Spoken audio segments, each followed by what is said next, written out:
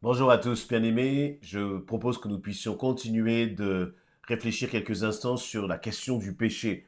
La question du péché nous concerne tous, bien sûr, avant d'avoir rencontré Christ, avant d'avoir donné notre vie à Jésus-Christ, mais nous concerne aussi après. Il nous est dit dans 1 Corinthiens chapitre 10, à partir du verset 8, 1 Corinthiens chapitre 10, pardon, non pas à partir du verset 8, je vais commencer à lire plutôt à partir du verset 12. C'est pourquoi, si quelqu'un se croit debout, qu'il prenne garde de ne pas tomber. Verset 13, les tentations qui vous ont assaillis sont communes à tous les hommes. D'ailleurs, Dieu est fidèle et il ne permettra pas que vous soyez tentés au-delà de vos forces. Au moment de la tentation, il préparera le moyen d'en sortir pour que vous puissiez y résister. Pour toutes ces raisons, mes amis, je vous en conjure, fuyez le culte des idoles. Dans ce passage, donc, l'apôtre Paul écrit à l'église de Corinthe, il écrit donc à des chrétiens. Et nous pourrions considérer qu'étant chrétiens, ils ne pêchent plus et donc ils n'ont plus besoin de savoir ce qu'est le péché, ils n'ont plus besoin d'être enseignés sur le comment résister au péché. Et au contraire, Paul écrit cela à des chrétiens parce qu'en tant qu'enfants de Dieu, eh bien nous sommes tentés de toutes parts, c'est ce qu'il dit. Le diable ne va pas s'arrêter de vous tournez autour parce que vous avez donné votre vie à Jésus-Christ. Bien au contraire. Dès le moment où nous avons décidé de donner notre vie à Christ, dès le moment où nous avons décidé de changer de camp et de passer du camp dans le camp de Jésus-Christ, alors vous devenez la cible de l'ennemi. Et ce qui est intéressant, c'est que dans le verset 12, il va dire, c'est pourquoi si quelqu'un se croit debout, qu'il prenne garde de ne pas tomber. Se croire debout, qu'est-ce que ça signifie? Eh bien, c'est, vous savez, ces moments où nous nous sentons bien, où tout va bien, on se sent bien même spirituellement, il y a une forme de réussite dans nos projets, dans tes finances, dans les décisions que tu prends, tu as l'impression, tu sens que tout va bien, et c'est une réalité. C'est une réalité.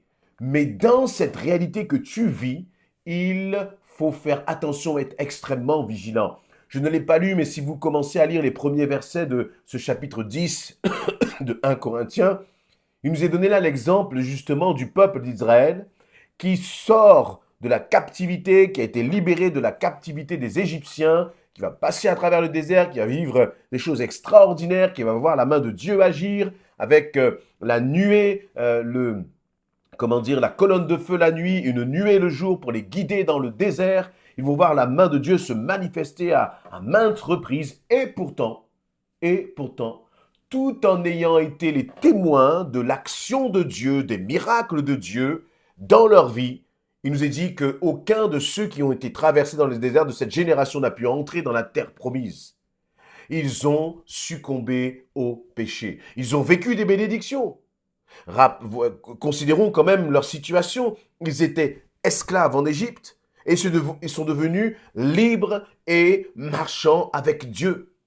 C'est un peu l'image de notre vie à chacun. Finalement, tant que nous ne donnons pas notre vie à Jésus-Christ, nous sommes esclaves du péché. Nous marchions selon nos passions, avec pour certains des addictions, et toutes sortes d'addictions, c'est-à-dire toutes sortes de choses qui finalement nous avions du mal à nous débarrasser dans notre caractère. L'un, ça peut être le mensonge, un autre la colère, un autre l'égoïsme, je ne sais quoi d'autre. Tout ce qui faisait de nous des pécheurs. Et malgré notre bonne volonté, nous ne parvenions pas à nous débarrasser de tout cela. Et donc nous étions un peu comme le peuple d'Israël ils étaient sous la domination des Égyptiens. Mais l'Éternel les a libérés. Ils ont été libérés comme nous aujourd'hui, nous sommes libérés par Christ du pouvoir du péché si nous lui avons donné notre vie. Mais attention, attention. Et c'est pour ça que dans ce verset 12, voyez, il ne nous est pas parlé de l'ennemi, il ne nous est pas parlé du diable, il nous est parlé c'est pourquoi, si quelqu'un se croit debout, qu'il prenne garde de ne pas tomber. Vous voyez, c'est comme si finalement, l'ennemi, c'est nous-mêmes. L'ennemi, c'est notre propre orgueil. L'ennemi, c'est notre négligence spirituelle parfois. Les choses vont bien, tout va bien, et nous oublions le Seigneur dans ces moments-là. Tout va bien, nous oublions de méditer la parole, nous oublions de nous nourrir, de nourrir notre âme. Nous oublions de passer du temps dans la prière. Il y a toutes sortes d'occupations, de préoccupations, de distractions. Et dans ce moment-là, très souvent, nous nous croyons comme debout. Vous savez, comme tout ce qui est précieux, il faut veiller dessus attentivement. Je suppose que si vous avez un téléphone portable, un bon téléphone portable, vous n'allez pas le laisser traîner n'importe où. Je suppose que si vous avez une carte bleue, vous n'allez pas la laisser traîner n'importe où. Ce serait une folie, on vous considérait comme un imprudent. Comment se fait-il donc qu'avec notre âme, nous laissons parfois notre esprit vagabonder n'importe où? Comment se fait-il que ce que nous avons de plus précieux, qui est la parole de Dieu et la prière, nous sommes parfois négligents? Et je dis bien nous parce que je me mets aussi dans le lot. Il y a toutes sortes, encore une fois, d'activités, de pression dans ce monde. Et si on ne fait pas attention, si on n'est pas vigilant, on peut être oublieux des choses du royaume de Dieu. On peut être oublieux de ce qui est important et fondamental. Et c'est pour cela l'apôtre Paul dit, si quelqu'un se croit debout, qu'il prenne garde de ne pas tomber. Et ça arrive dans beaucoup de situations. Ça peut arriver à deux jeunes qui se fréquentent, deux personnes, un homme, une femme qui se fréquentent, en dehors du cadre du mariage, qui veulent apprendre à se connaître, peut-être qu'ils ont un projet sérieux, mais tout en ayant un projet sérieux, si vous n'êtes pas vigilant, si vous croyez que vous êtes là bien debout et que vous n'allez pas tomber, eh bien vous êtes déjà en train de tomber. Parce que c'est la prudence, il n'y a plus de prudence, on n'est plus prudent. Et comme on n'est plus prudent, on tombe dans les pièges de l'ennemi. On tombe dans les pièges de l'ennemi. Et ensuite, eh bien, il nous est dit que dans le verset 13, les tentations qui vous ont assaillis sont communes à tous les hommes. C'est-à-dire que tout ce qui t'arrive, mon frère, ma soeur, mon ami, toutes les tentations, tout ce qui est difficile à tous les niveaux. Une tentation, ce n'est pas que dans le domaine de la sexualité, ça peut être dans le domaine d'une situation qui va peut-être te mettre en colère, réveiller en toi une colère. Et donc là, il va y avoir comme une tentation pour te pousser à bout. Oui, mais la Bible nous dit ceci, c'est que Dieu est fidèle et il ne permettra pas que vous soyez tentés au-delà de vos forces. Au moment de la tentation, il préparera le moyen d'en sortir pour que vous puissiez y résister. C'est intéressant, les termes qui sont utilisés là. Premièrement, il nous est dit que Dieu est fidèle et ne permettra pas que vous soyez tentés au-delà de vos forces. Qu'est-ce que cela signifie? Cela signifie que toutes les tentations, toutes les tentatives de l'ennemi qu'il mettra en face de toi, tous les pièges qu'il mettra en face de toi, Dieu te donne toujours et systématiquement la solution pour t'en sortir, la solution pour résister. Dieu ne permettra pas, il ne permettra pas que vous soyez tentés au-delà de vos forces. Lorsque Dieu dit qu'il ne permettra pas, ça veut dire que personne ne peut mettre une tentation trop forte devant toi que tu ne puisses résister. Mais attention, c'est-à-dire que Dieu ne va pas non plus résister à ta place. Dieu ne va pas combattre cette tentation à ta place. Qu'est-ce que fait Dieu? Il te donne les armes pour que tu puisses résister. Et vous savez, c'est un peu comme en légitime défense. Dans ce sport qu'est la légitime défense, la première chose que l'on vous apprend, c'est lorsque vous voyez le danger, plutôt que d'aller vous battre et prendre des risques finalement de perdre cette bagarre, plutôt, eh bien, la meilleure défense, c'est la fuite. C'est la fuite. Et du point de vue spirituel, c'est exactement la même chose.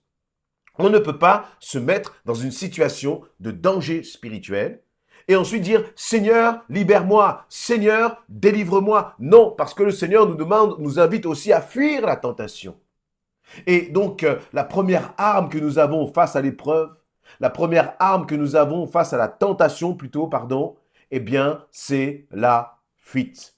Et bien sûr, cela se passe, encore une fois, dans les relations, un homme, une femme qui ont des relations qui commencent à se fréquenter, qui voudraient apprendre à se connaître, Attention, parce que les sentiments commencent à se réveiller, l'amour, le feu là intérieur commence à s'animer, et c'est à ce moment-là qu'il faut fuir, prendre ses précautions. Et le Seigneur te donne la capacité de fuir, il te donne la capacité de dire, ne reste pas là, parce que sinon tu vas tomber. Et d'ailleurs, que fait le Saint-Esprit? Le Saint-Esprit est comme des alertes là qui vont commencer à sonner de toutes parts et te dire, attention mon enfant. Et donc, le Seigneur finalement nous donne la capacité de ne pas tomber. Il nous donne le moyen de ne pas tomber. Mais très souvent, par entêtement, par justement, on se croit tellement fort, alors que la Bible nous dit que notre esprit est bien disposé, mais notre chair est faible. Et donc, Dieu nous dit, bien, parce que je sais que votre chair est faible, je vous donne la capacité de ne pas tomber. Mais c'est à nous d'utiliser cette capacité, c'est à nous d'utiliser cette arme que le Seigneur nous donne. C'est à nous d'obéir à ce qu'il nous dit. Lorsqu'il nous dit de fuir, c'est à nous de fuir. Le Seigneur ne va pas faire en sorte que tes jambes puissent se mettre à courir loin du danger. Non. Parce que le Seigneur fait de toi et moi des êtres libres, libres de décider, libres de résister aussi ou non au péché. Finalement, le fait de résister, c'est un choix que nous faisons. Et c'est la même chose dans le domaine de la colère. C'est la même chose dans le domaine du mensonge. Quand tu commences pour essayer de te sortir d'une situation à vouloir mentir, il y a quelque chose dans ta tête qui est le Saint-Esprit qui te dit, mon enfant, dis la vérité. Et c'est là que tout se passe finalement. Est-ce que tu décides d'obéir?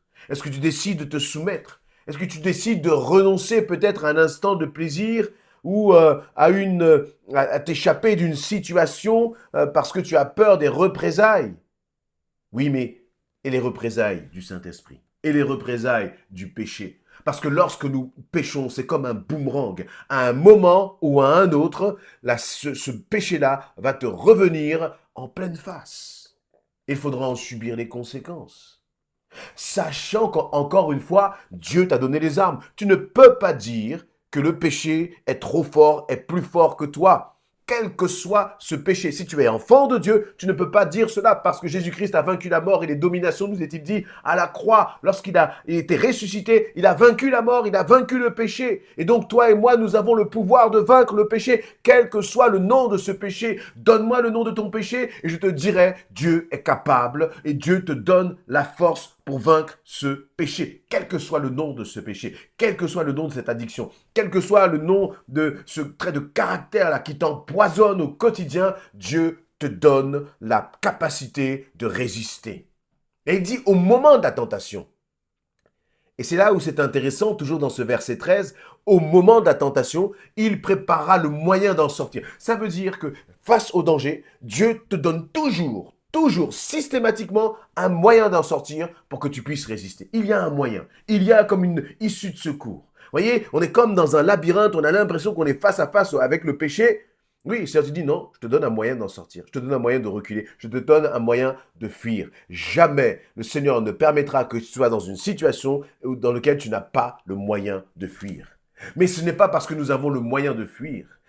Jésus, vous voyez, il nous a dit, la Bible nous dit, Dieu va préparer le moyen d'en sortir. Il peut le préparer. Mais est-ce que je vais utiliser ce moyen d'en sortir? C'est là que tout se joue. Bien-aimés, je parlais hier de la dimension de rechercher la sanctification. Parfois, nous sommes confrontés à la tentation, confrontés justement au péché.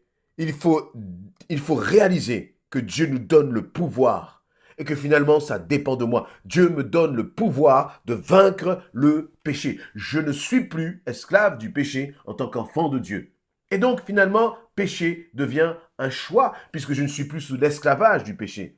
Le péché devient un choix et nous devons dire non et d'une façon catégorique. D'une façon catégorique.